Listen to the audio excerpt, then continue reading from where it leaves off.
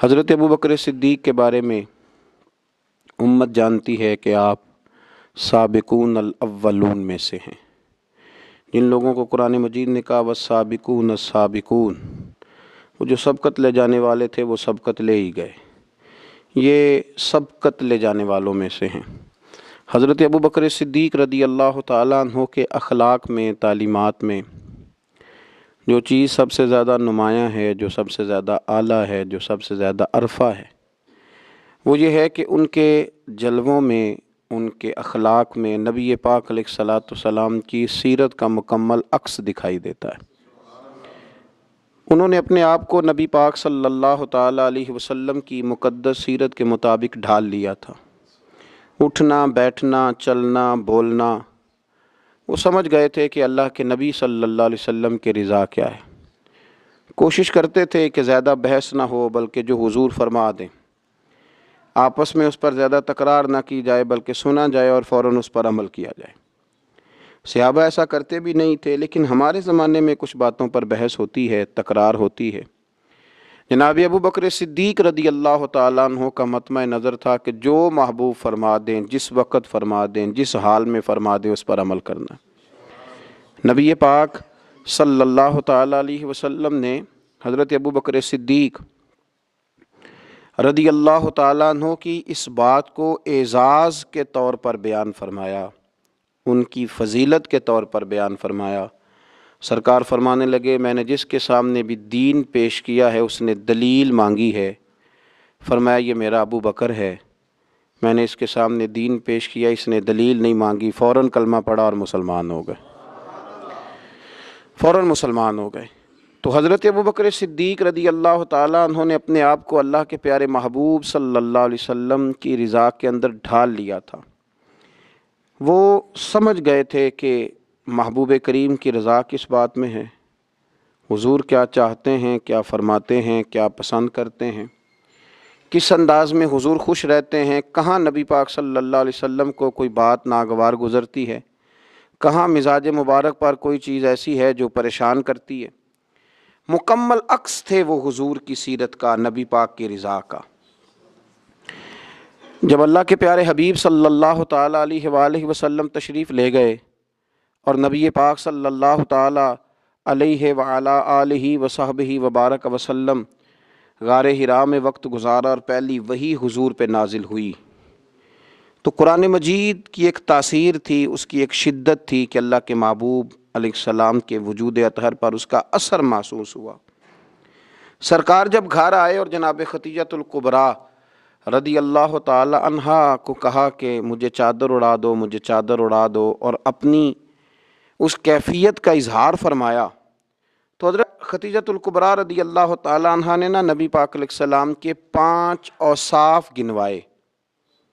یا رسول اللہ صلی اللہ علیہ وسلم، آپ کے اخلاق میں یہ 5 چیزیں پائی جاتی ہیں، اللہ کبھی بھی آپ کو رسوا نہیں کرے گا، اللہ تبارک و تعالیٰ آپ کو شانیں عطا کرے گا۔ 5 چیزیں گنوائیں حضرت خدیجۃ الکبریٰ نے۔ وہ 5 چیزیں کون سی تھیں؟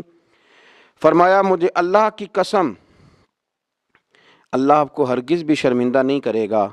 پہلی بات یہ ہے کہ آپ صلہ رحمی کرتے ہیں، رشتہ داروں سے اچھا سلوک کرتے ہیں۔ دوسرا فرمایا آپ کمزوروں کا بوجھ اٹھاتے ہیں، اور تیسرا فرمایا آپ ناداروں کی مدد کرتے ہیں، اور چوتھا فرمایا آپ بڑے مہمان نواز ہیں، اور 5واں فرمایا جب کوئی مصیبت میں ہوتا ہے تو محبوب آپ ان کے کام آتے ہیں۔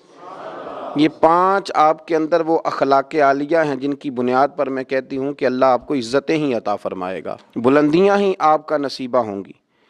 یہی ان باتوں سے میں نے دیکھا ہے۔ حضرت سیدنا خدیجۃ الکبریٰ رضی اللہ تعالی عنہا کا یہ قول بخاری شریف میں موجود ہے، اور اسی بخاری میں حضرت ابو بکر صدیق رضی اللہ تعالیٰ عنہ کے بارے میں ابن دغنہ نے ایک بات کہی تھی۔ جب آپ مکہ چھوڑ کے جانے لگے کافروں کی سختیوں سے پریشان ہو کر، تو ابن دغنہ نے آپ کو کھڑا کر لیا اور کہنے لگا ابو بکر آپ نہ جائیں۔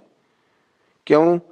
کہنے لگا آپ جیسے شخص کو یہیں رہنا چاہیے، وجہ اس کی یہ ہے کہ آپ 5 باتیں وہ جو حضرت خدیجہ نے نبی پاک کے بارے میں گنوائیں تھیں، وہی 5 باتیں اسی بخاری میں اسی ترتیب سے موجود ہیں کہ ابن دغنہ کہنے لگے کہ آپ صلہ رحمی کرتے ہیں، آپ کمزوروں کا بوجھ اٹھاتے ہیں، ابو بکر صدیق آپ ناداروں کی مدد کرتے ہیں، آپ بڑے مہمان نواز ہیں، آپ مصیبت زدہ لوگوں کے کام آتے ہیں۔ وہ 5 باتیں جو حضور کی سیرت مبارکہ کا عکس کے طور پر حضرت ختیجہ نے بیان کی، وہی جلوے ابن دغنا نے جناب ابو بکر صدیق کے بیان فرمائے۔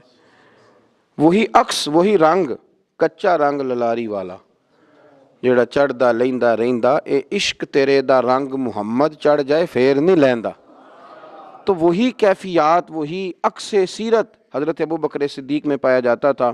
صلح حدیبیہ کے موقع پر جب کافروں نے سخت اور صبر آزمائش شرطیں رکھی، حضرت عمر پریشان ہو گئے۔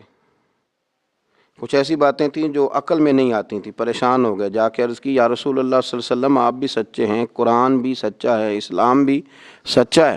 استفہامیہ انداز میں پوچھا تو یا رسول اللہ صلی اللہ تعالیٰ علیہ وآلہ وسلم یہ دشمن باطل پہ ہیں تو پھر ہم دب کے صلح کیوں کر رہے ہیں؟ تو نبی پاک صلی اللہ علیہ وسلم نے فرمایا میں اللہ کا رسول ہوں، میں اس کی نافرمانی نہیں کرتا، وہ میری مدد کرے گا۔ حضرت عمر رضی اللہ تعالیٰ عنہ فرماتے ہیں میں نے عرض کی یا رسول اللہ صلی اللہ علیہ وسلم آپ نے کہا نہیں تھا کہ ہم ان قریب عمرہ کریں گے، بیت اللہ کا طواف کریں گے؟ تو حضور علیہ الصلوۃ والسلام فرمانے لگے میں نے کہا تھا، یہ تو نہیں کہا تھا کہ اسی سال ہی کریں گے، انشاءاللہ کریں گے کریں گے۔ حضرت عمر فاروق فرماتے ہیں کہ میری وہ طبیعت میں چونکہ جلال تھا، حضور نے بات کہہ دی، میں نے سن لی، پر میں مطمئن نہیں ہوا تھا۔ میری چونکہ جذبہ جہاد سے میں سرشار تھا تو محبوب کے ادب کی وجہ سے میں خاموش ہو گیا، لیکن ابھی میری طبیعت اس طرح ٹھنڈی نہیں ہوئی تھی۔ جس طرح حضرت سیدنا ابراہیم علیہ السلام نے کہا یا اللہ مجھے دکھا تو پرندوں مردوں کو کیسے زندہ کرے گا، تو کہا یقین نہیں کا مالک، یقین تو ہے پر اطمینان قلبی کے لیے۔ تو فرماتے میں بھی اسی طرح حضور کی بارگاہ سے نکلا اور جناب صدیق اکبر کے پاس پھر گیا، اور میں نے جا کے وہی باتیں دہرائی۔ میں نے کہا ابو بکر رسول کریم علیہ السلام بھی سچے، قرآن بھی سچا، اسلام بھی سچا، پھر ہم دب کے صلح کیوں کریں؟ آپ فرماتے مجھے اللہ کی عزت کی قسم ابو بکر صدیق نے ہی وہی جملے مجھ سے کہے جو میرے رسول پاک نے کہے تھے۔ فرمانے لگے عمر وہ اللہ کے رسول ہیں، وہ اللہ کی نافرمانی نہیں کرتے، اللہ ان کی مدد کرے گا۔ تو میں نے فوراً عرض کیا کہ نبی کریم صلی اللہ علیہ وسلم نے فرمایا نہیں تھا، حضور نے فرمایا نہیں تھا کہ ہم طواف کریں گے، بیت اللہ کا عمرہ کریں گے؟ تو جناب ابو بکر صدیق فرمانے لگے عمر حضور نے کہا تھا کریں گے، یہ تو نہیں فرمایا تھا کہ اسی سال ہی کریں گے۔ آپ فرماتے ہیں جب میری طبیعت مطمئن ہوئی، تھوڑی دیر کے بعد میں اپنے آپ کو میں نے ٹھنڈا پایا، تو میرے دل میں خیال آیا کہ عمر تو ابو بکر کے ایمان تک تو نہیں پہنچ سکتا، تو وہاں تک تو نہیں جا سکتا جو ان کا مزاج ہے، جو ان کی طبیعت ہے، اور جہاں تک وہ محبوب کی غلامی کرتے ہیں۔ دوستو عکس بنا لیا اپنے آپ کو، عکس اپنے آپ کو اس رضا میں ڈھال لیا جو نبی پاک کی رضا تھی، اپنے آپ کو وہاں لا کے کھڑا کر دیا جہاں کھڑا ہونا مدینے والے رسول پسند فرمایا کرتے تھے، اپنے آپ کو ان چیزوں کا عادی بنایا جو چیزیں میرے نبی کی چاہت تھیں۔ حضرت ابو بکر صدیق رضی اللہ تعالیٰ عنہ کا یہ مزاج بنا، اور باطن میں بھی اور ظاہر میں بھی۔ جب آپ حضور علیہ الصلوۃ والسلام کو مدینہ طیبہ لے کر کے آئے نا، تو شارحین کہتے ہیں کہ طریقہ یہ تھا حضرت ابو بکر صدیق کا کہ وہ چلتے بھی اسی طرح تھے جو نبی پاک کا طریقہ تھا، اور جب وہ بولتے تھے تو لگتا تھا کہ یہ پورا حضور سید عالم علیہ السلام کے جملوں کو کاپی کرتے ہیں، اور ان کا لباس پہننے کا طریقہ بھی وہی تھا، اور ان کا امامہ باندھنے کا طریقہ بھی وہی تھا۔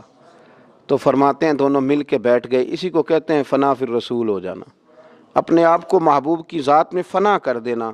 فرماتے ہیں کہ حضرت ابو بکر صدیق حضور کے ساتھ آ کے بیٹھ گئے، تو جن لوگوں نے پہلے محبوب کی زیارت نہیں کی تھی، وہ جب ملنے کے لیے آتے تو کچھ تو حضور کی دست بوسی کرتے اور بیٹھ جاتے،